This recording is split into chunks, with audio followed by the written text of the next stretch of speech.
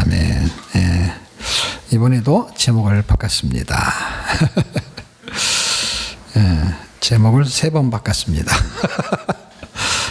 그래서 제목이 의인의 행복. 예. 제목을 왜 바꿨냐면 만들어 놓은 제목으로는 설명을 할 수가 없어요. 아무리 해도. 왜냐하면 그 제목을 가지고 이렇게 설명을 해야 되는 한 단어를 만들어내야 되는데 이거는 어떻게 뒤로 갈수록 19장보다 더 복잡하고 18장보다 복잡하고 그래서 다른 제목을 만들었어요. 그거는 이제 7절에 가지고 제목을 만들었는데 그런 이런 설명을 왜 하냐? 이제 어떤 시각으로 봤냐에 대한 거를 설명을 해주는 거예요. 그럼 이런 시각으로 봤으니까 그렇게 보는 거지 다른 시각으로 보는 사람은 이렇게 보이지 않는 것이죠. 그러면 또 다른 눈이 열리는 거죠. 왜냐하면 12절에 보면 듣는 귀와 보는 눈은 다 여호와가 지으신 것이라. 그런 하나님이 지으신 그 눈과 귀를 통해서 뭔가 보이게 하시거든요. 그래서 사물을 보는 것도 하나님이 눈과 귀를 보게 하신 거죠. 듣게 하시고. 그런데 하나님이 사람을 이렇게 듣는 귀와 보는 눈을 만들었다면 하나님을 보고 하나님의 말씀을 듣는 그 마음과 귀도 동시에 만들었다 하는 말로 해석이 돼요. 제가 해석을 할 때. 근데 귀는 이렇게 귀인데 그 다음에 눈은 이런 눈인데 어떻게 보이지 않는 하나님을 볼 수 있는가 할 때 하나님이 지으셨으니까 하나님의 방식이 있겠죠. 그래서 이심 전심 이런 거 있잖아요. 그거는 안 보이잖아. 이심 전심이 보여요? 들리지 않잖아. 말을 해야 되는데 이심 전심 말을 안 해도 이심 전심 그런 거잖아. 근데 어떻게 하냐고. 그거를 설명을 한문으로 하면 이심 전심 이 말이잖아. 마음이 통했다 이 말이잖아요. 사람도 그런 게 있는데 하나님도 뭔가 있겠죠. 그런데 어쨌든 이 귀로 들리든 마음의 귀로 들리든 하나님하고의 하나님의 말씀을 듣게 하고 하나님을 보게 하는 그게 하나님 편에서는 있겠다라는 생각이 들어요. 그리고 하나님이 뭔가를 미워하시고 왜냐하면 10절 보세요. 여호와께서 미워하시나니 그러니까 뭔가를 미워하는 게 있는 거야. 하나님도. 로마서에도 미워하고 이런 게 들어있거든요. 이 단어가 똑같이 들어있거든요. 그럼 하나님이 속성이 있는 게 어떤 거는 싫어하고 어떤 거 좋아하는 게 있는 거예요. 그럼 뭘 좋아하는가 라고 보면 좋은데 잠언은 대부분 있잖아요. 10장 이후서부터 쭉 가는 데 거의 다 뭐냐면 이렇게 하면 안 된다 하는 이야기가 되게 많은 것 같아. 그렇지 않아요? 왜냐하면 한결같지 않은 추와 말은 여호와께서 미워하시나니까 이렇게 하지 말아라 이런 말이잖아요. 그냥 미워해 이거 끝이 아니잖아. 이렇게 하는 거를 좋아하지 않는 내용이 훨씬 많은 것 같아. 왜냐하면 찌르는 말이니까 뭔가 이렇게 칭찬하는 이야기를 쓴 건 아닌 거잖아요. 그러면서도 뭔가를 바로잡으려고 하는 말들이 되게 많은데 그게 이제 종류가 한 장마다 되게 변화가 많은 거예요. 변화가 종류가. 그래서 이제 하나로 묶는 게 쉽지는 않았지만 이제 마음 시리즈로 가요. 왜 마음으로 여태까지 20장까지 잡았냐면 여기도 마음이라는 단어가 계속 많이 나와요. 5절도 사람의 마음은 이렇게 나와요. 21장 1절에는 왕의 마음은 그러면서 마음이 나와요. 그리고 마음은 뭔가 이렇게 깊은 생각을 갖고 있는 거잖아요. 그래서 그거는 사람의 마음에 있는 모략은 이제 생각, 지략, 전략, 계획 이런 것들을 이런 단어로 설명을 한 거죠. 이런 이야기들이 이제 어디를 가면 또 나오냐면 27절에 보면 사람의 영혼은 마음의 등불이라 사람의 깊은 속을 그러니까 깊은 속은 뭐예요? 마음이죠. 그래서 사실 제목은 사람의 마음으로 하려고 했는데 사람의 마음으로는 설명이 다 안 되는 부분이 있어. 그걸 많이 말하고 있는 것 같아. 그런데 보면 왕이라는 단어도 많이 나와요. 2절에 보면 왕의 진노는 8절에는 심판 자리에는 왕은 그 다음에 28절에 보게 되면은 왕은 이렇게 나와요. 그러면서 21장이 그 왕의 마음 하면서 21장하고 연결이 돼요. 그래서 왕으로 할까 사람의 마음으로 할까 고민 엄청 많이 하다가 세월만 다 보내고 정리가 안 돼서 애따 모르겠다 하고 딱 쉬면은 생각이 나. 그 사람이 이렇게 쉼이라는 게 되게 중요한 것 같아요. 열심히 일하다가 조금 쉬고 다른 생각을 하고 이렇게 편안하게 있다가 다시 보잖아요. 그러면 이제 다른 각도에서 보일 때가 있어. 근데 하나를 막 너무 생각하면 사람의 마음에다 자꾸 꿰맞추려고 하니까 마음에 안 들어. 마음이 불편해. 근데 7절을 읽다가 이걸로 해야 되겠다. 그래서 7절을 한번 읽겠습니다. 7절 시작. 완전히 행하는 자가 의인이라 그 후손에게 복이 있으리라. 이거하고 연결되는 게 별로 없어요. 왜냐하면 복이 있느니라고 복을 주겠다고 하는 어떤 내용들이 주로 나오는 게 아니라 앞뒤 문맥을 다 살펴봐도 이놈만 그냥 동떨어져 있는 것 같아. 그런데 이걸로 하는 마음이 생겼어.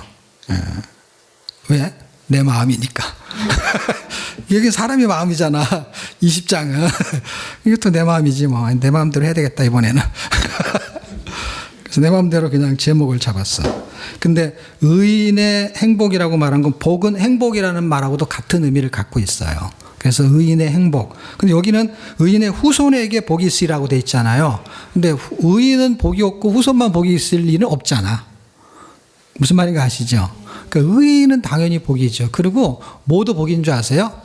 자기 자녀가 잘 되는 것도 복이야. 나는 그냥 가만히 있어. 근데 애가 잘 돼. 그럼 내가 복이야. 무슨 말인가 알죠?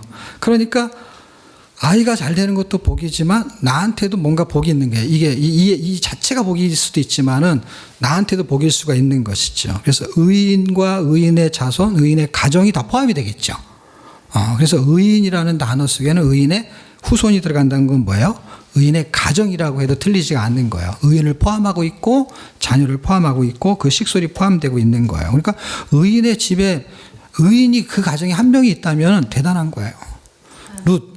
룻이라는 여인이 라합이죠. 라합이라는 여인이 의인이다 이렇게 말할 수는 없지만 그 여인이 구원받을 수밖에 없는 어떤 줄기를 잡았어.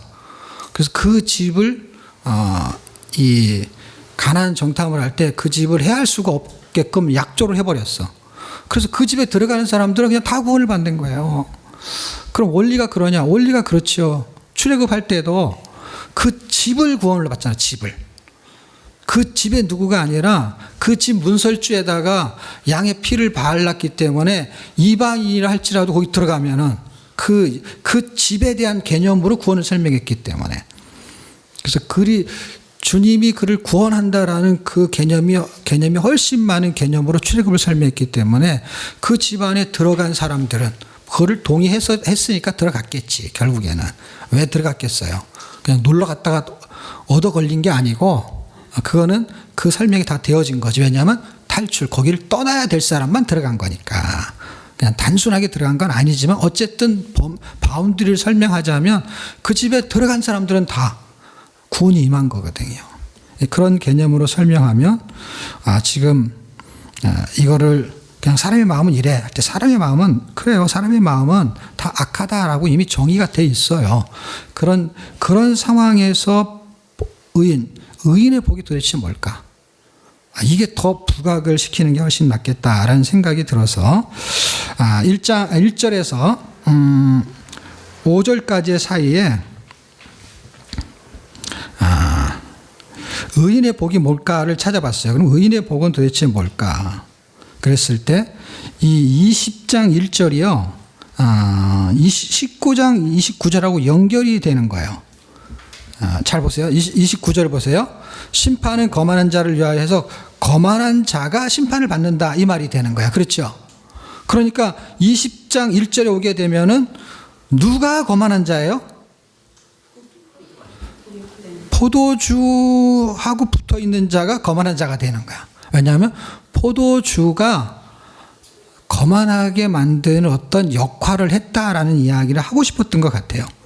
포도주에는 문제가 없어. 포도주는 거만케 하는 거요 하니까 포도주에 취하게 되면은 거만케 하는 것으로 이 의미 부여를 하고 있는 것이죠. 독주는 떠들게 하는 것이요. 이게 100% 현실에서 맞다 이렇게 말할 수는 없어요. 왜냐하면 어떤 사람은 술 먹으면 그냥 자는 사람이 있어요. 그러면 그 사람한테 해당이 없잖아요. 그러니까 이거는 넓은 의미에서 이해를 해야 되는 것이죠. 술만 먹으면 이상한 짓을 하는 사람도 있지만 술만 먹으면 그냥 수면제처럼 자는 사람도 있잖아요. 그렇지만 보편적으로는 포도주와 독주, 결국 술이죠. 그러니까 이거는 무슨 의미냐? 술을 가지고 의인화하듯이 비유를 했다라고 볼 수 있습니다. 그거는 제가 이제 성경 구절 하나 찾아드릴 건데 그걸 찾으면 확인이 되거든요. 어디를 보시면 되냐면 23장 한 19절서부터 이렇게 쭉 어떤 흐름을 봐야 돼요. 여기는 이렇게 이상하게 어디는요. 말이 계속 연결이 되는, 보통 지금 우리가 20장을 보는 거는 그냥 하나씩 딱딱딱 끊어지죠. 그냥 계속 읽고 다 끊어져요. 근데 23장에서 보면은요, 이야기가 많이 연결이 되는 느낌이 있어. 보세요. 다 읽지 않고 제가 이렇게 찝을 테니까 보세요. 내 아들아, 너는 듣고 지혜를 얻어 내 마음을 정도를 바른 길을 인도할지라. 19절에 말하고 있어요. 그런데 술을 즐겨하는 자는, 그 할 때 술은 포도주와 독주를 말하는 거예요. 이걸 즐거워하게 되면은 그런 즐겨하는 자는 사귀지 마. 보세요. 거기를 붙잡아 놓고요. 20장 19절을 보십시오.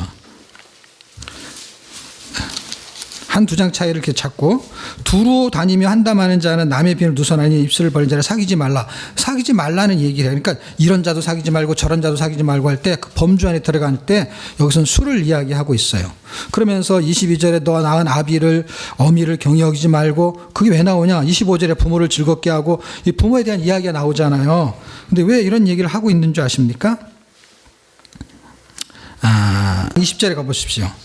자기의 아미나 어미를 저주하는 자는 하면서 나오죠. 이게 지금 반복되고 있는 거거든요, 결국에는. 근데 20장은 스토리처럼 보여주고 있지 않아요. 그런데 23장은 스토리로 가고 있는 느낌이 들어. 너 술 먹고 그런 거 하지 마. 그러면 그런 사람들은 결국 어떤 자들이냐? 잠자기를 즐겨하고 뭐 이런 얘기 나오잖아요. 근데 여기도 나와요. 20장 13절에 보면 너는 잠자기를 좋아하지 말고 또 나오잖아요. 그렇죠? 결국 반복되는 것 같으면서 뭔가를 계속 말하고 있는 거야. 말하고 있는 거에 제가 지금 술을 가지고 설명하려고 하니까 여기 중복되는 거를 20장에서 나오는 거를 그냥 간단하게만 보는 거고 연결이 되고 있다라는 거예요. 다시 말하면 20장에서 했던 말을 23장에서는 약간 모아놓은 거예요. 그러면서 대저 음료는 하면서 27절에 쭉 가다가 30절에 보면 술에 잠긴 자에게 있고 뭐 어쩌고저쩌고 쭉 나와요. 그러면서 31절에 포도주는 어떻고 32절 뱀과 독사가 쏠 것이며 이렇게 쭉 하면서 35절에 가면 다시 술을 찾겠네 하면서 술로 가요. 근데 보세요.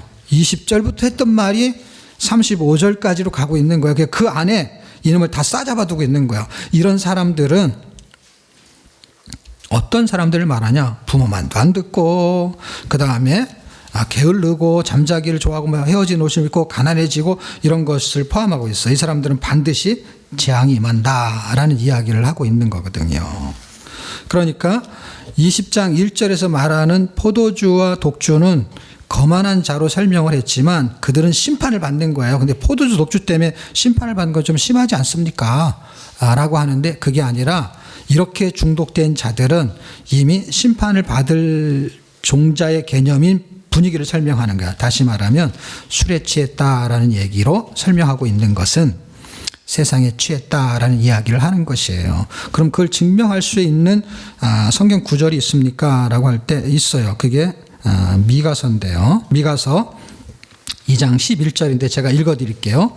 사람이 만일 허망하게 행하며 거짓말로 이르기를 내가 포도주와 독주에 대하여 내게 예언하리라 할 것 같으면 그 사람이 이 백성의 선지자가 되리로다.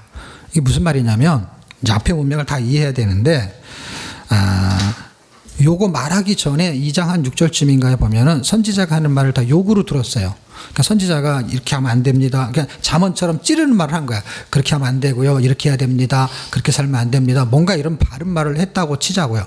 그게 아니라 그냥 한 거야. 그랬더니 그런 말을 하면 아유 엄마가 무슨 얘기하면 듣기 싫어 뭐 이런 거 있잖아요. 그러니까 하나님이 말하는 걸 듣기 싫어. 그러니까 다 귀를 하나님이 만들어 놨잖아요. 그러니까 다 그걸 듣기 싫어. 하나님 말을 선지자 통해서 하는 걸 다 듣기 싫어해. 왜 만들어 놨어요? 아까 만들어 놨다고 그랬잖아. 12절에. 왜 만들어 놨어요? 들으라고 만들었던 거잖아. 듣는 귀를 만들었어. 그거 들으라고 만들었더니 다른 걸 듣는 거야. 다른 거를. 하나님의 말씀 들으라고 귀를 만들었는데 다른 거를 듣는 거란 말이에요. 믿음의 눈으로 비전을 보라고 눈을 만들어놨는데 허상의 세계를 보고 무너질 것을 본다는 거예요. 그걸 만들어놨다는 거예요. 그래서 이게 그냥 덜렁 들어있는 것 같은데 덜렁 들어있지 않아요. 그러니까 이게 시간이 되게 많이 걸리는 거야. 사실 이렇게 쭉 연결되면요. 몇 절서부터 이 얘기입니다, 이 얘기입니다 하면 좋은데 한 절 한 절이 다 연결을 시키면서 다 그걸 설명을 해야만 이해가 되게끔. 물론 한 장을 하지 않으면 문제가 안 되지. 한 절만 하면은 아무 상관이 없죠. 근데 한 장을 하려니까 아주 복잡한 것이죠. 왜냐하면 설명이라는 거는 이해가 되게끔 해야 되는 거니까. 선포는 뭐냐? 그 이해가 되는 말을 가지고 한마디 던지는 게 선포니까. 그러니까 이렇게 하면 안 됩니다라는 회개를 선포하든지 하나님은 이렇게 여러분한테 요청합니다. 뭐 이렇게 선포하는 것인지. 그러나 그거를 선포하기 전에 뭔가에 대한 설명을 하는 것이죠. 스데반도 그래서 뭔가 쭉 역사를 설명했던 거잖아요. 그러면서 한마디 던진 게 있잖아요. 너희들이 십자가에 못 박혀 죽인 예수가 그리스도다. 그게 한마디예요. 그게 선포의 끝이에요. 그거 말하려고 쫙 설명한 거야. 그러니까 사실 여기서도 딱 한마디예요. 할 게 없어요. 우리가 정말 복 받았구나 하면서 은혜입니다라는 한마디 던지면 돼. 여기서는 제가 이렇게 초점을 잡았기 때문에 이렇게 선포하거든요. 그러면은 딱 한마디, 포도주와 독주 그거 검하는 자니까 술 먹지 마세요. 저는 그렇게 선포할 게 아니거든요. 왜냐하면 그런 자들은 지혜가 없다라는 거예요. 우리가 계속 설명하는 게 잠언은 지혜잖아요, 지혜. 근데 여기서 지혜가 나오잖아요. 그러니까 이거를 뿌리로 갖고 가는 거예요. 지혜는 여호와를 경외하는 거예요. 지식은 여호와를 경외하는 거예요. 지혜와 지식은 같은 말이에요, 사실. 그래서 그것이 여호와를 경외한다는 것은 두려워하는 거예요, 여호와를. 그런데 두려워한다는 건 어떤 의미냐면 하나님이 아닌 것은 두려워하지 않는다라는 것을 경외로 이해하는 게 훨씬 쉽다 이 말이야. 그러니까 하나님을 경외한다라는 무슨 말이냐면 하나님을 두려워한다는 거예요. 근데 하나님을 두려워한다는 것은 다른 말 어떤 말이냐면 하나님 외에는 두려워하지 않는다 이 말이 되는 거예요. 그럼 신약에 와가지고 야, 너 저렇게 관원들 권세 가진 사람들을 두려워하는데 야, 하나님을 더 두려워해야 돼. 사람의 목숨을 죽이는 권세가 있잖아요. 이 세상 권한은. 사형 이런 걸 하잖아요. 영혼도 죽이는 하나님, 그를 두려워해야 돼. 이런 말 들어본 적 있어요? 그 말이 이 말인 거예요. 경외라는 거는 두려워해야 되는데 우리의 목숨을 날리려고 하면 당연히 두렵죠. 가난해지면 두렵죠. 그런데 경외라는 단어를 쓰면은 그를 두려워하지 말고 하나님을 두려워해야 그게 경외라는 거예요. 그런데 하나님을 경외하면 반대는 뭐예요? 그것을 두려워하지 않는다는 거예요. 가난을 두려워하지 않는다. 가난은 좀 슬프고 불편하고 힘들지만 가난은 두려운 것이 아니라는 거예요. 세상의 권세가 나를 힘들게 할 수 있어요. 근데 그걸 두려워하지 않는 거예요. 왜냐하면 두려워하는 대상이 생겼으니까. 두려워하는 대상 때문에 이건 안 두려워진 거예요. 병원에 가서 여러분 가시에 찔렸어요. 그럼 무지 아파요. 그런데요. 제가요, 몸이 너무 아파갖고 병원에 갔어요. 그런데요, 가시에 찔려도 아픈데 주사바늘 이렇게 넣어도 아픈데요. 주사를 이제 가면 병원에 가면 벌써 닌겔 같은 거 놓잖아요. 그런 거 넣으면 찔리잖아요. 그 찔릴 때 아픈 느낌을 한 번도 가져본 적이 없어요. 그래가지고요, 몸이 어느 정도 회복이 돼가지고 어느 정도 이렇게 나가지고 병원에 퇴원할 때쯤 되면 거의 다 나면서 닌겔은 그래도 좀 더 맞잖아요. 맞을 때마다 이 주사바늘이 막히면 새로 갈잖아요. 갈면 얼마나 겁나는 줄 아세요? 내가 많이 아팠을 때는 하나도 아프지가 않고 느끼지를 못했던 작은 통증이 이 몸이 많이 나아지잖아요. 그러면 그 바늘 찔리는 게 제일 힘들어. 빨리 퇴원해야 돼. 이거 주사를 안 맞으려면. 그냥 따끔한 것이 두려워요. 큰 두려움이 있잖아요. 작은 두려움은 그 두려움 안에 갇혀버리기 때문에 하나님을 경외하게 되면은 저걸 두려워하지 말아야지가 아니라 그걸 두려워할 수가 없는 범주 안에 들어간다 이 뜻이에요. 근데 두려움의 대상이 없는 건강한 상태에서는요, 주사바늘 하나만 맞아도 겁나잖아요. 여기 뭐 코에다가 쑤셔갖고 살짝 이렇게 한 거 딱 한 번이에요. 근데도요, 그거 코에다가 막 깊게 누르면 막 뒤로 이렇게 가잖아요. 그리고 며칠 날 다시 검사하러 오겠습니다. 그럼 겁나잖아. 예? 콧구멍 한번 찔러보는데. 그러니까 큰 고난을 겪는 사람은 작은 고난을 충분히 이긴다라는 여러 가지 설명 중에서 수레바퀴 설명이 있거든요. 이 길은 지금 이렇게 우리나라처럼 경제가 좋은 나라는 다 보드블록도 깔고 그다음에 이렇게 아스팔트도 다 깔아가지고 자전거를 타나 뭘 타나 하더라도 울퉁불퉁이 없잖아요. 근데 그런 게 없을 때는 그냥 땅바닥에 있을 땐 돌도 있고 웅덩이도 파지고 이런 데를 가잖아요. 그러면요 바퀴가 작은 거는요 웅덩이가 조금에도 빠져요. 근데 웅덩이가 요만해요. 근데 바퀴가 있다만 하면은요 여기에 들어가지가 않아요. 이렇게 걸치기 때문에 그냥 평평하게 지나가는 거예요. 이해가 돼요? 그림으로 그려줘요? 그러니까 바퀴가 큰 거는요, 이 밑에 울퉁불퉁한 게 분명히 있지만은 그냥 평지 달리시 가는 거예요. 근데 바퀴가 작으면요, 조그만 데는 조그만 데 들어가지만 깊은 데는 한참 빠져나가야 되는 거죠, 이렇게. 그러니까 큰 바퀴가 볼 때는요, 이게 들어갈 수가 없어. 바퀴가 지금 이렇게 걸치기 때문에 그냥 이렇게 지나가는 거예요, 이렇게. 살짝 덜컹거릴 수는 있겠지. 근데 이거는요, 그냥 수렁이 빠져서 쑥 들어가서 가야 돼. 이 바퀴가 이렇게 굴러가야 되는데 이 밑으로 이렇게 굴러서 이렇게 올라가야 되니까 얼마나 힘들겠어요. 나락으로 내려가는데 여기는 안 내려가거든요. 바퀴가 크니까. 그러니까 뭐 교회 오면은 뭐 이게 어떻다 저게 어떻다 하는 게 다 바퀴가 작은 바퀴들이 맨날 이게 얼마나 많겠어요. 교회 오면은 뭐 이거 해라 저거 해라 막.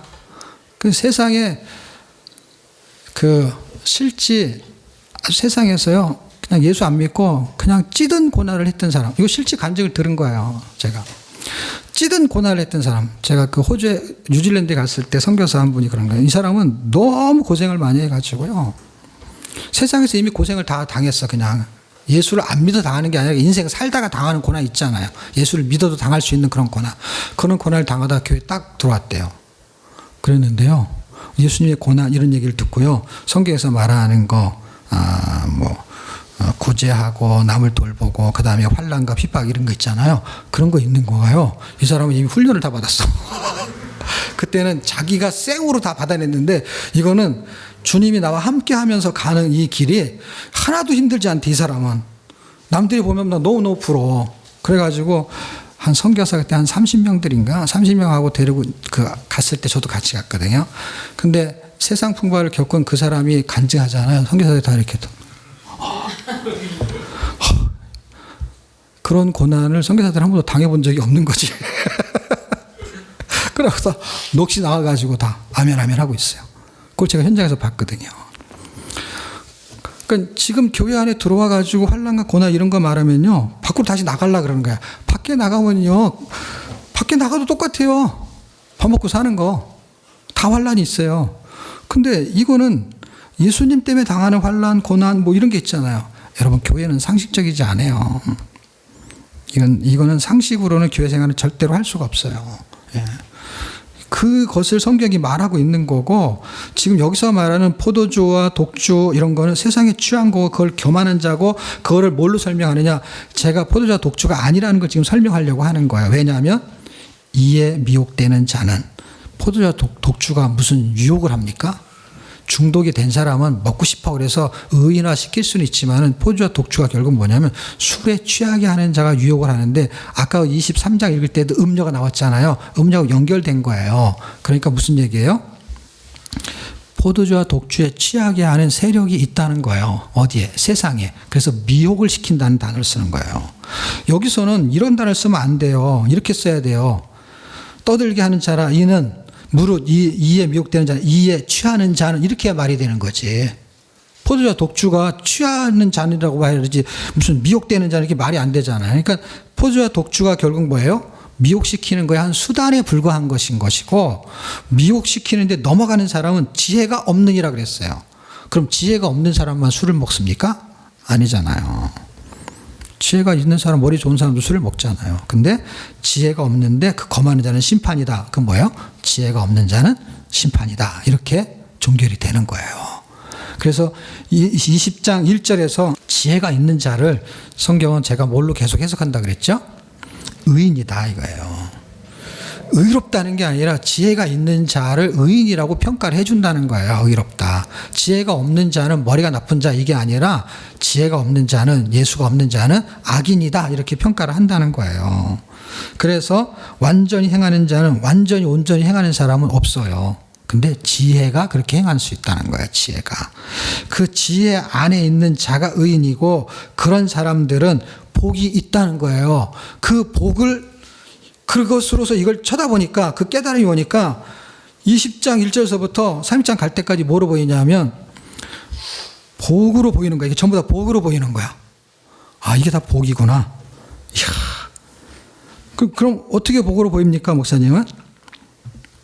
자, 1절을 잘 보십시오. 1절을 잘 보면 지혜가 없다라고 했어요. 근데요, 지혜를 가진 자는 여기에 미혹되지 않는 복을 받는 거예요. 그 복이 어떤 복이냐? 5절. 사람의 마음에 있는 모략은, 생각은 깊은 물이라도 그럴지라도 명철한 사람은, 지혜가 있는 자는, 이 말이에요. 그것을 길러내느니라. 그것은 무슨 말이에요? 하나님의 지혜. 하나님의 지혜를 담고 있단 말이야, 사람들에게는. 하나님의 생각. 그것을 길러낸다는 건 뭐예요? 그 계획을 눈치채고 알아채는 거. 그게 복 있는 사람인 거야. 귀를 줬잖아요. 눈을 줬잖아요. 눈을 왜 줘? 눈치를 채라고 눈을 주는 거예요. 눈치를 챈 거예요. 어떤 거요?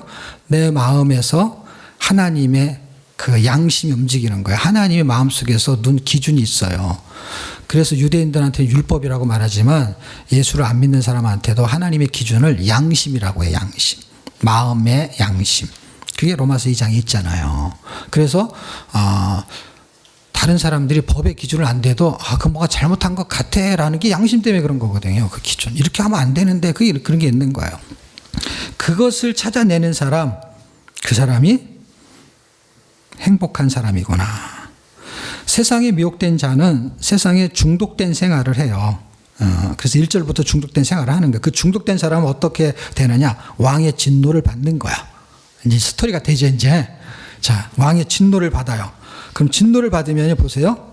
생명을 해야 하는 것이다. 그 감옥에 간다 이래주면 좋잖아. 벌금을 낸다. 뭐만 잘못하면 그냥 심판, 생명, 이건 뭐야? 죽는다 이 뜻이잖아요. 왕의 진노에 들어가면. 그러니까 왕의 진노에 들어가지 않는다.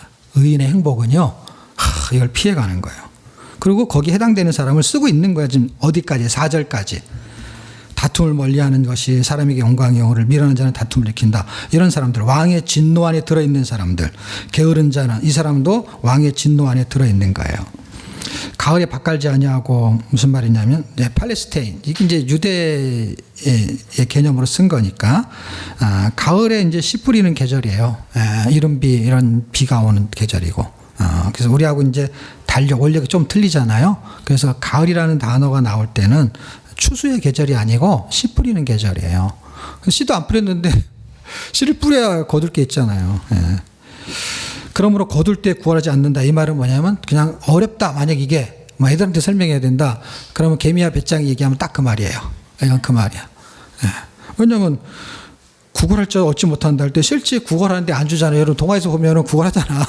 근데 안 주잖아, 개미가. 못 받는다는 게 완전 동화하고 똑같아.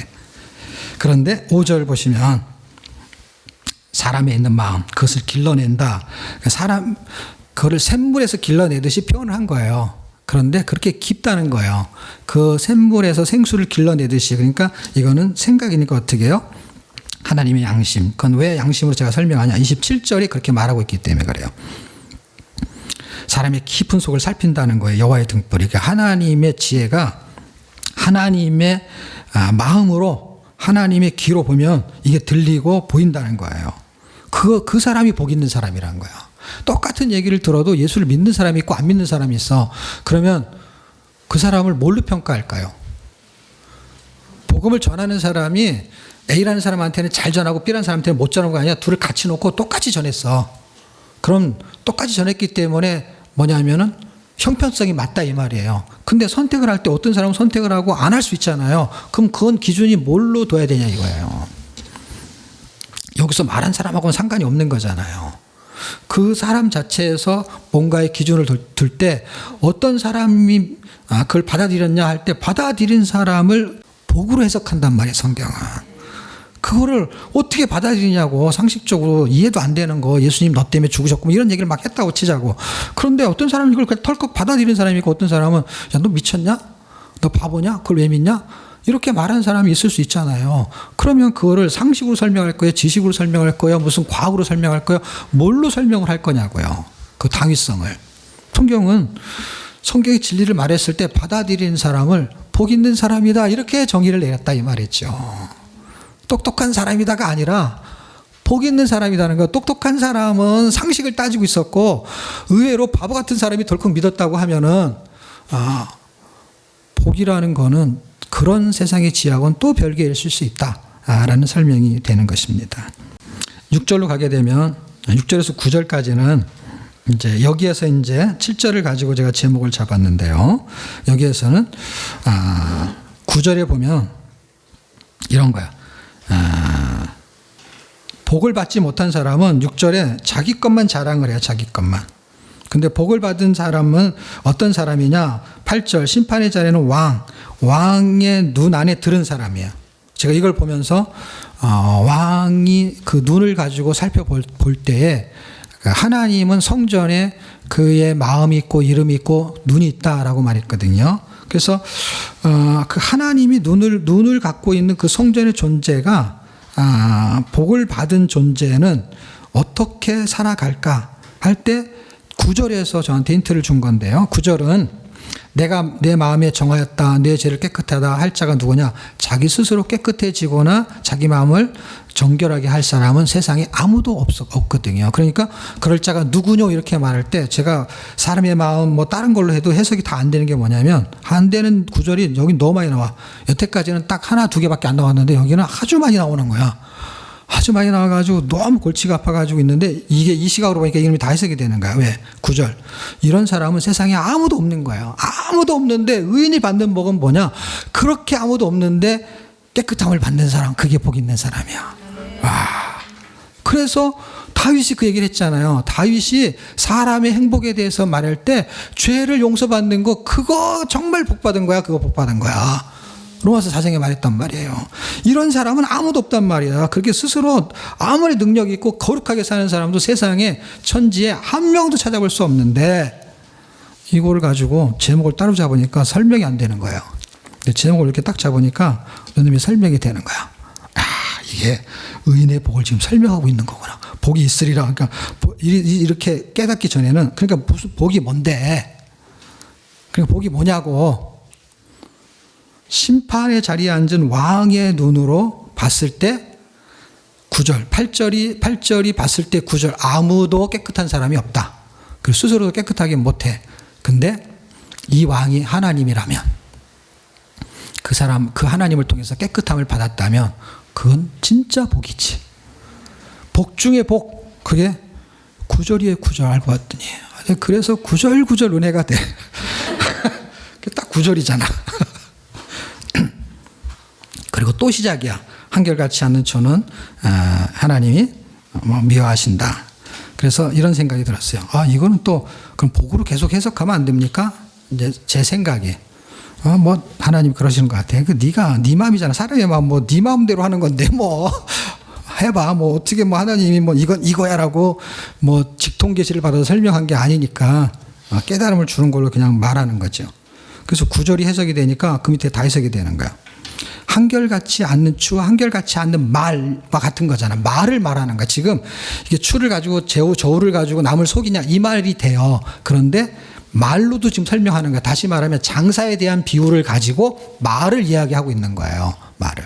그러니까 말을 이랬다 저랬다 이런 말을 하는 건 하나님 별로 안 좋아한다 이 말이 되는 것이죠. 그럼 뭐예요? 의인의 행복은 한결같은 말을 하는 사람이 복된 사람인 거예요. 한결같은 말을 하면 거꾸로 하면 되니까. 왜? 그거 복이잖아요. 아무도 자기의 죄를 해결할 수 없는데 그런 사람 아무도 없는데 그걸 해결받으면 그게 엄청난 복이잖아요. 다 한결같은 말을 하기가 쉽지 않은데 한결같은 말을 하게 하는 거야. 같은 말, 같은 마음, 같은 뜻. 그걸 하게 만든단 말이에요. 어떻게 해요? 말씀이 그렇게 하게 만들 수 있다는 것이죠. 그게 복이라는 거예요. 계속 당신은 우리의 주님입니다. 한결같이 말하잖아 우리가. 그러니까 복이죠. 주님은 나의 주인 되십니다. 한결같이 말하는 거야. 안 돼도 나중 예사입니다. 한결같이 말하잖아. 한결같이. 안 돼도 나중 예사. 용서가 안 돼도 천국 용사. 한결같구나. 내 죄 나웃은 한결같다. 안 돼도 그렇게. 돼도 그렇게. 한결같이 말하는 방향으로 가겠다는 거잖아. 예, 한결같이 말하잖아. 예. 11절. 아이라도. 그럼 뭐야? 후손이 아이지 뭐. 아이라도 어떻게 해요? 정직한 행동. 정직한 행동을 하는 것이 의인이 일상에서 누리는 복이죠. 그래서 여기서부터는 10절서부터는 일상에서 누리는 의인의 가정의 복이에요. 자녀도 이렇다는 거야. 자녀도. 아이라도 할 때는 갑자기 또 왜 아이가 나오냐고. 예?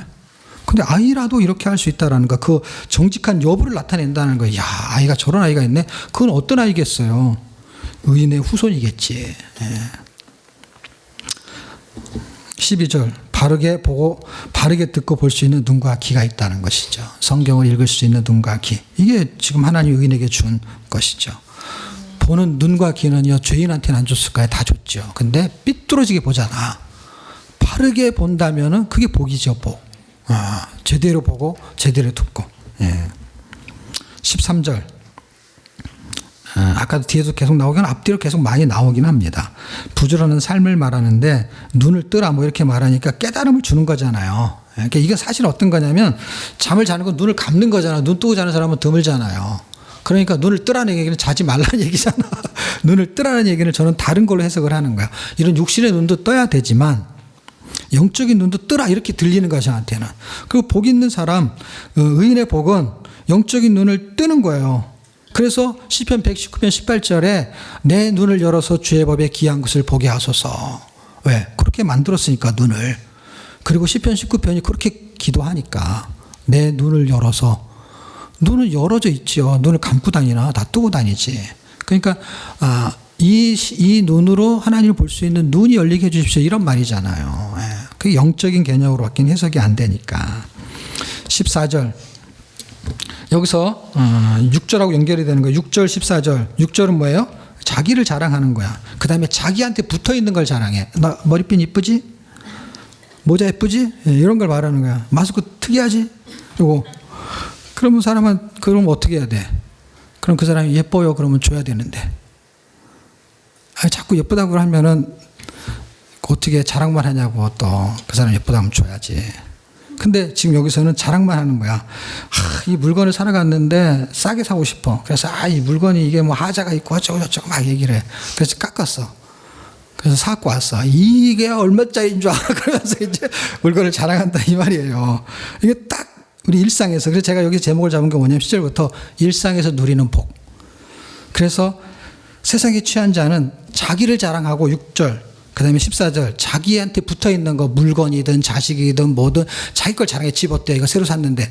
물론 뭐 그런 뭐 좀 이렇게 야, 이 집을 샀는데 너무 좋아. 뭐 이런 정도의 표현을 말하는 게 아니라 이건 좀 다른 의미에서 자랑을 하는 거예요. 그런데 복 있는 사람은 물건을 자랑하는 게 아니라 말씀에 중독된 자는 주님을 자랑한다는 것이죠. 뭐 자기 자녀를 자랑하고 한 게 잘못됐다 이런 뜻으로 해석하려는 의도는 전혀 없어요. 왜냐하면 자식을 자랑할 만한 거 있으면 자랑해도 돼요. 이건 그걸 하지 말라는 게 아니에요. 여기서 말하는 제가 이제 복 있는 의인의 복과 그렇지 않는 거를 구분하려고 할 때 자랑의 기준이 그냥 사물에만 국한될 것이냐 아니면 그렇지 않을 것이냐 할 때 의인은 자녀도 잘 되는 복이 있어야죠. 그리고 좋은 물건에 대한 복도 있죠. 그런데 그것으로 다른 시각이 보이니까 어떻게 해요? 진짜 자랑할 만한 것도 자랑하냐 안 하냐 이 말이에요. 그러니까 세상 거는 자랑하지 말고 하나님 것만 자랑해. 이렇게 하지 않아도 된다 이거야. 다시 말하면 뭐예요? 세상 거를 자랑하지만 하나님 걸 더 자랑할 수 있는 게 있다면 괜찮은데 잘 살펴보면은요. 어느 날 보면은요. 세상 거를 자랑하는 사람은 하나님 걸 자랑하는 그 내용이 별로 안 나와요. 왜냐면 시간은 정해져 있는데 그 얘기하다가 시간 다 썼어. 그럼 못 하는 거지 뭐. 무슨 시간? 세상 떠날 시간. 설교할 시간 1시간 아니라 세상 떠날 시간 또 세상 자랑하다가 주님 자랑할 시간을 놓쳤다 이 말이에요. 할 수 있는데. 그러니까 시각을 바꾸면 어떻게 돼요? 주님을 자랑하면서 살짝 끼워놓기를 하면 돼. 예쁘지? 이렇게 하면서 이게 그렇게 살짝 끼워놓기. 주님을 자랑하면서 주님의 은혜를 되새기다가 어떻게 하다가 어떤 사람을 만났는데 이런 모자가 생겼는데 괜찮지 않아? 뭐 이런 식으로 얘기하면서 뭔가 화제거리를 돌릴 수가 있죠. 어쨌든 제가 생각한 거는 10절에서 14절까지는 일상에서 누리는 복이 있겠다. 왜냐하면 물건 산 것이 일상이잖아요. 일상적인 거, 그 다음에 말하는 거, 보는 눈, 귀, 이런 게 다 일상 삶 속에 들어있는 거잖아요. 이렇게 보다 보면 다 일상에서 누리는 그 삶이잖아요. 그런 거, 그냥 먹고 살기 위해서 일하고 쉬고 하는 거, 13절, 다 그런 것으로 제가 이제 보게 된 것이죠. 그 다음에 15절서부터 이제, 의인의 복은, 지혜로운 입술이 되겠다. 그것은 15절에 보게 되면은 세상에는 금도 있고 진주도 있고 이게 자랑거리가 많다는 거예요. 그것도 여기서 금, 진주를 말하는 거는 그게 귀한 거라는 거예요. 귀한 거. 귀한 것을 다 보배함, 뭐라 그러죠? 귀금속함 그런 거 있잖아요. 귀한 거야. 그러니까 귀금속이잖아. 그리고 귀를 빼면은 그냥 금속이고 이렇게 쇠는 이런 거 뭐 이런 건 금속. 이게 금속이고 요게 금으로 돼 있어.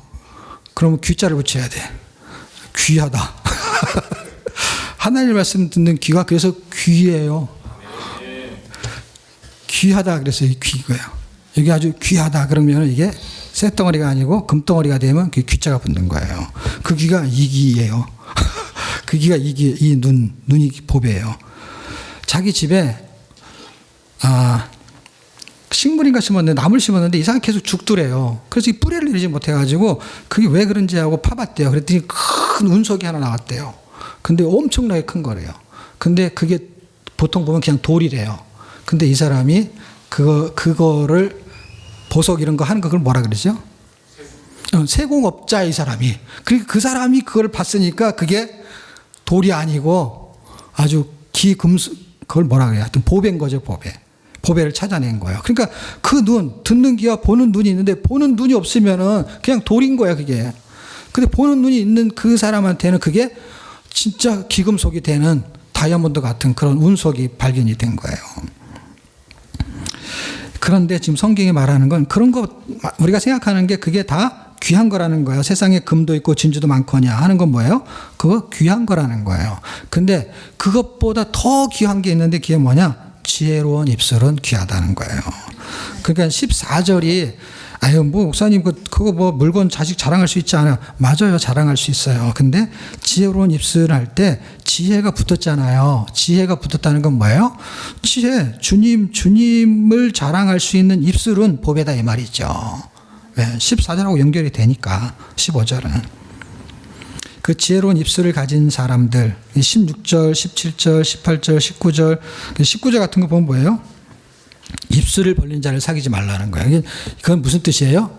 지혜로운 입술이 아닌 입술을 이렇게 말하는 거야. 이해가 돼요? 네. 그런 사람들끼리 얘기하면서 야 이거 보증을 사야 돼, 뭐 해야 돼, 그 다음에 속이는 식물은 맛이 좋고 뭐 이런 얘기 있잖아요. 그 다음에 18절 이렇게 나오는 이야기를 19절에서 다 정리를 하는 거예요. 한 절 한 절 하게 되면 이제 또 식당에 가야 될 시간이 줄어들어서 한 절 한 절 하니까 재밌더라고.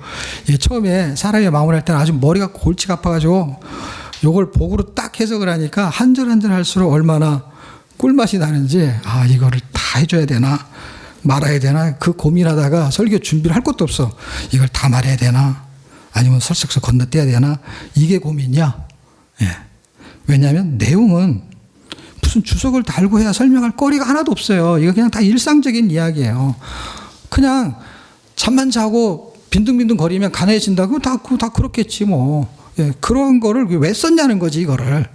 왜 그렇게 여기다 썼냐고 윗절에다 안 쓰고 밑절에다 쓰고 왜 20장에 있고 뭐 이런 것이죠. 그리고 똑같은 얘기를 왜 또 하냐고. 왜냐하면 10절을 보세요. 그 다음에 23절을 보세요. 똑같은 얘기잖아. 같은 장에서는 좀 빼줘야지.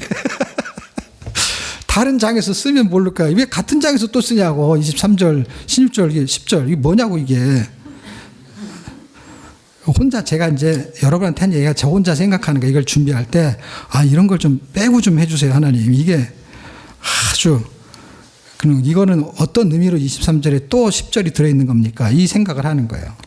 이제 이렇게 하다 보니까 이제 나름대로 정리가 돼서, 어렵지는 않게 정리가 됐는데. 자, 19절까지 제가 했나요? 19절. 20절, 19절, 그 다음에 20절에 보게 되면 20절과 21절에 보면 이런 거죠. 아까 우리가 23장에서 설명했듯이 이제 부모를 저주하는 자, 그는 등불이 위험에 꺼진다. 이건 뭐야? 죽는다 이 말이에요. 표현상, 의미부여를 하는 거니까. 그런데 21절은 또 다른 얘기 같아요. 처음에 속기 잡은 사람은 마치는데 복이 되지 아니하리라. 복이 나왔어요.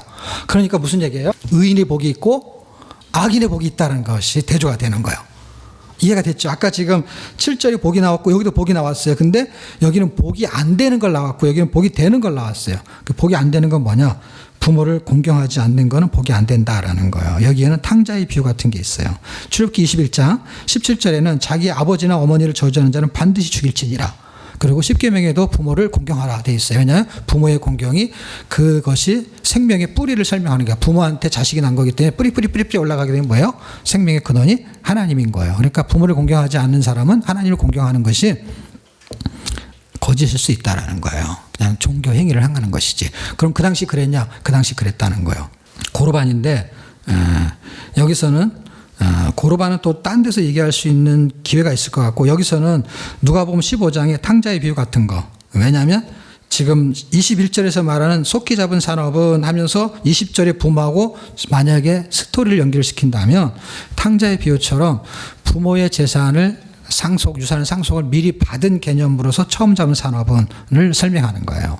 그런데 탕자에 비해서 탕자는 왜 불효자냐면 유대인의 기준을 통해서 재산을 상속할 때는 아버지가 죽을 때만 유언 상속이 되게 돼 있는 개념이에요. 그러니까 상속을 미리 달라라고 말했던 것은 줄 수도 있지만 아버지가 빨리 죽어야만 받을 수 있는 개념이었기 때문에 그 당시에 결국 뭐야? 빨리 죽으세요라는 말밖에 안 됐다는 의미예요. 그렇지만 어떤 비유를 들기 위해서 죽은 다음에 받아간 게 아니라 이제 죽은 다음에 받아갈 것을 미리 줘버린 것이죠. 근데 그렇게 달라는 것 자체가 이제 불효에 해당이 된다라는 게 그 문화에서는. 그런 것이 결국 뭐하고 연결되냐? 부모를 저주하는 거하고 연결이 되었다라고 지금 보는 것이죠. 22절부터 25절까지는 이제 아까 말한 뭐 일상에서 누리는 복이 있는 것처럼 이제 여기서는 인내하며 하나님의 섭리를 의지하는 거예요. 왜냐하면 일상이 똑같은 일상인데 여기는 뭔가 이게 힘든 상황이 벌어질 때야. 의인이지만은 누군가 나를 핍박할 때가 있잖아요. 그러니까 너는 악을 갚겠다 말하지 말고 여호와를 기다리라. 그가 너를 구원하시리라. 라고 하니까 뭐예요? 이미 의인의 복은 구원이잖아요. 생명이고 심판에서 벗어났고. 그런데 그렇게 사는 인생을 사는 동안의 의인에게도 악한 사람들이 나를 힘들게 하는 세력들이 있다는 거예요. 그러면 어떻게 해요? 그 악을 행했다는 거예요. 누가? 그러니까 악을 갚아야 되는데 악을 갚겠다 말하지 말라는 거. 이게 누구한테 말하는 걸까요? 이거는 7절에 해당되는 사람한테 말하는 것이죠. 여호와를 기다리라. 너를 구원할지야. 구원자 그가 해결할 거야. 그러니까 제가 여기서부터는 인내하며 하나님의 섭리를 의지하는 자. 복 있는 사람은 악한 사람이 없는 게 아니라 있고 힘든데 그걸 인내하고 기다리는 사람. 그게 복 있는 사람이라는 거야. 그 사람이 그걸 해내야 된다는 것이죠. 23절. 아까 말한 10절이 나왔었잖아요. 근데 잘 보세요. 10절하고 똑같은 것 같은데 다른 걸 찾으면서 이것도 할만하다. 자 보세요. 틀린 게 뭘까요? 한결같지 않는 저울추와 말은 다 여호와 미워하셔요. 이것도 똑같아요. 한결같지 않은 저울추는 여호와 미워하시는. 뭐가 빠졌어요? 말이 빠졌잖아. 말이. 예. 그래서 같은 말을 집어넣으나 안 집어넣으나 한결같은 걸 말하고 있지만 여기서 말하고 싶은 건 뭐냐면 한결같은 삶을 유지하라는 거예요. 아까 말했던 10절을 계속 유지하라는 거예요. 인내하면서. 복 있는 사람의 일상 삶을 유지해달라. 그래서 하나님의 사랑을 받아내라는 것이죠. 24절. 삶의 방향, 걸음이잖아요. 삶의 방향을 하나님의 인도함을 받는 사람. 그게 22절하고 연결이 되는 거예요. 계속. 왜냐하면 일상을 사는 게 다 지루하거든요. 근데 그걸 인내하라는 거예요. 인내. 그리고 지금 15절에 우리가 말했던 6절 그 다음에 14절에 나왔던 것이 25절하고 연결이 돼요. 함부로 이 물건이 나왔어요. 거룩하다 서원하고 그에 살피면 그물이 된다. 그런 말이 있어요. 25절은 경솔하게 하나님의 뜻이라고 말하지 말라라는 거예요. 물론 여기는 서원에 대한 이야기를 하는데 그럼 되게 복잡해져요. 설명이 되게 길어져요. 어쨌든 하나님을 경솔하게 설명하면 돼. 이런 거 있잖아요. 어떤 애가 마음에 안 들어. 야, 너 그럼 하나님이 싫어해. 그럼 내가 만약에 하나님이라면 이럴 것 같아. 내가 싫어하는지 네가 어떻게 알아? 그러니까 예를 들어서 엄마 아빠가 여기 있어. 근데 애들끼리 얘기를 해. 야, 그렇게 하면 너 엄마가 싫어해. 그러니까 정말 엄마가 싫어하는 것을 할 수도 있죠. 여기 지금 말하고 있는 거 여호와가 미워해 하는 걸 하면 그렇게 말할 수 있죠. 그런데 모든 것을 다 그렇게 말하는 경우가 있거든요. 야, 그렇게 하면 하나님 싫어할지도 몰라. 싫어해. 자기가 하나님을 다 대변해. 근데 하나님의 마음을 우리가 정확하게 모르기 때문에 그렇게 함부로 소원하고 함부로 말하면 안 된다는 거예요. 그리고 이런 얘기는 마태복음에도 나와요. 맹세한다 뭐한다 그거 하지 말라고 하잖아요. 기면 기고 아니면 아니고 그것만 말하라는 거예요. 거기다 갖다 붙여가지고 하나님이 어쩌고 저쩌고 자기가 하나님이야 결국에는. 그러니까 자기가 부모가 권위가 안 쓰니까 하나님을 자꾸 갖다 쓰는 거야. 엄마가 애들 때는 그렇죠. 엄마가 말하면 너무 잘 들었어. 그래가지고 좀 컸는데 애가 말 안 들어. 그럼 어떻게 해? 엄마가 이렇게 하라 그랬지. 엄마가 양치질 하라 그랬지. 그래서 늘 앞에 뭐가 들어가냐? 엄마가 이 얘기가 들어가. 그래도 말 안 들어. 그럼 뭐 하는 줄 알아? 하나님이 그걸 싫어한다 그랬지. 그래갖고 그 다음에 하나님이 들어가. 처음에는 엄마가 말하면 다 잘 들어. 그 다음에 안 듣기 시작하면은 계속 잘 계산해보세요. 엄마가 계속. 나도 어느 날 보니까 아빠가 이렇게 했다고 하는 거야. 아빠가 이렇게 하지 말라 그랬지. 아빠가 이러라 그랬지. 그러면서 계속 아빠가 들어가. 그러다가 안 되잖아요. 그럼 하나님이 싫어해. 그러면서 하나님을 자꾸 갖다가 해요. 근데 제가 생각해 보니까 하나님이 정말 그걸 싫어할지 좋아할지 모르는 거거든요. 하나님은요, 죽는 자가요, 그 죄 때문에 죽는 거를 기뻐하지 않는다라고 써 있어요. 우리가 기뻐하는 거지. 원수가 넘어지면 입이 쫙 찢어지잖아요. 근데 하나님은 입이 찢어지는 사람을 보면 싫어한다는 거예요. 그러니까 뭐예요? 원수가 그렇게 행동하는 거 당연히 하나님이 싫어하시죠. 근데 그 원수가 넘어지는 거를 보고 기뻐하는 거 그것도 싫어한다고요. 예? 그러니까 우리가 판단하는 거하고 다른 게 너무 많다라는 거예요. 그래서 그냥 함부로 하지 말아라. 그게 뭐 있네. 이 안에 이제 복 있는 사람 안에 범죄에 들어가는 것이죠. 자, 26절서부터는 진짜 결론이야. 복 있는 자는 어떤 거냐? 하나님이 구별하신다. 이게 선포예요. 오늘. 하나님의 복을 받은 자, 그 자는 어떤 자냐? 하나님이 구별시킨다는 거야. 나를. 내가 구별된 게 아니라 그분이 구별을 시켜. 왜? 26절 읽겠습니다. 시작. 지혜로운 왕은 악인의 키질을 하며 타작하는 바퀴로 그 위에 굴리느니라. 뭘 굴리기는 이렇게 키질하는 거야, 말하자면. 그러니까 뭐예요? 악인이 나오잖아요. 구별한다는 거야. 악인과 의인을 구별하는 거야. 알곡과 가라지, 옥석을 구별한다라는 뜻이 뭐냐면 타작하는 바퀴를 그들 위에 굴린다라는 표현이 옥석을 가린다는 거야. 이렇게 굴려가지고 뭔가 키질을 하는 거 알잖아. 이렇게 해서 가라지 같은 거 너풀거리는 건 바람 불면 이렇게 해서 후 불잖아. 불면은 알곡은 이렇게 떨어지면 후 불면은 가라지는 이렇게 날아가잖아요. 그렇게 키질을 한다는 거야. 누가? 지혜로운 왕은. 하나님이 얼마나 지혜로운 왕이십니까? 그분이 이렇게 인내하는 자, 복 있는 자, 하나님의 구원을 기다리는 자, 한결같은 삶을 유지하는 자, 그런 사람들인지 아닌지를 하나님이 구별하시겠다는 거야. 우리가 자랑하지 않아도 그분이 다 구별한 능력이 있다는 거야. 그 진짜 복은 뭐예요? 나를 구별시키는 거야, 그분이. 저놈하고 같이 있는 게 너무 힘들어. 그러면 하나님이 이렇게 해서 후 불면 그들이 날아가는 거야. 내가 다른 데 갈 필요 없어. 그분을 날리는 거니까. 그분이 구별시키면 그냥 구별되는 거야. 근데 내가 구별하고 싶어. 그래갖고 이 기회 왔는데, 저 인간이, 내가 저런 인간을 피해서 이 기회로 왔는데, 그놈보다 더한 인간이 여기 앉아있네. 그래갖고 또 다른 기회로 가. 다른 기회 왔더니 더한 놈이 거기 가서 앉아있네. 하나님이 구별시키지 않으면 내가 그걸 구별시킬 수 있냐. 가는 데마다 그런 놈이 한 놈씩 앉아있네. 예? 이게 하나님이 구별시키면 그게 정리가 되는 것이죠, 정리가. 그래서 저는 이 26절 이 문장을 보면서 복 있는 거는 그분이 구별시키는 거구나. 구별된 자가 구별된 삶을 사는 것이고, 그게 복이구나. 그러면 정말 하고 싶은 얘기는 28절인데, 그럼 이제 이 한 절이 막 정말 핵심과 같은 거예요. 이 28절만 말하고 맞춰야 되겠네. 다른 거 다 같은 거예요. 27절은 같이 얘기한 것도 같은 것이고 29절, 30절은 뭐냐면 그거는 신약을 연결해서 말을 해야 돼요. 이거 다 우리한테 하는 얘기예요. 우리한테. 그런데 28절을 제가 얘기하고 싶어요. 왜냐하면 지금 우리가 지혜로운 왕을 통해서 우리가 지혜, 복을 받았잖아요. 그 복이 도대체 어떤 복이냐? 그게 생명을 얻는 복이라는 걸 말하고 싶어요. 2절에 있는 이 생명을 해함을 당하지 않는 이 복을 말하고 싶은 거예요. 그 행복이. 일상의 행복도 있지만 진짜 중요한 행복이 있다는 거예요. 그게 28절이에요. 왕은 인자와 진리로 스스로 보호하며 그 위에 인자함으로 말미암아 견고하리라 라고 했어요. 이 잠언 3장 3절에 보면 이런 말씀이 있어요. 인자와 진리가 내게서 떠나지 말게 하고 그것을 내 목에 메어 마음판에 새기라. 아직 잘 모르겠어. 근데 14장 22절을 읽으면 이런 말이 있어요. 악을 도모하는 자는 잘못 가는 것이 아니냐. 잘못 간다는 거야. 선을 도모하는 자에게는 인자와 진리가 있느니라. 이렇게 말했어요. 그런데 16장 6절에 보게 되면 인자와 진리로 인하여 이렇게 써요.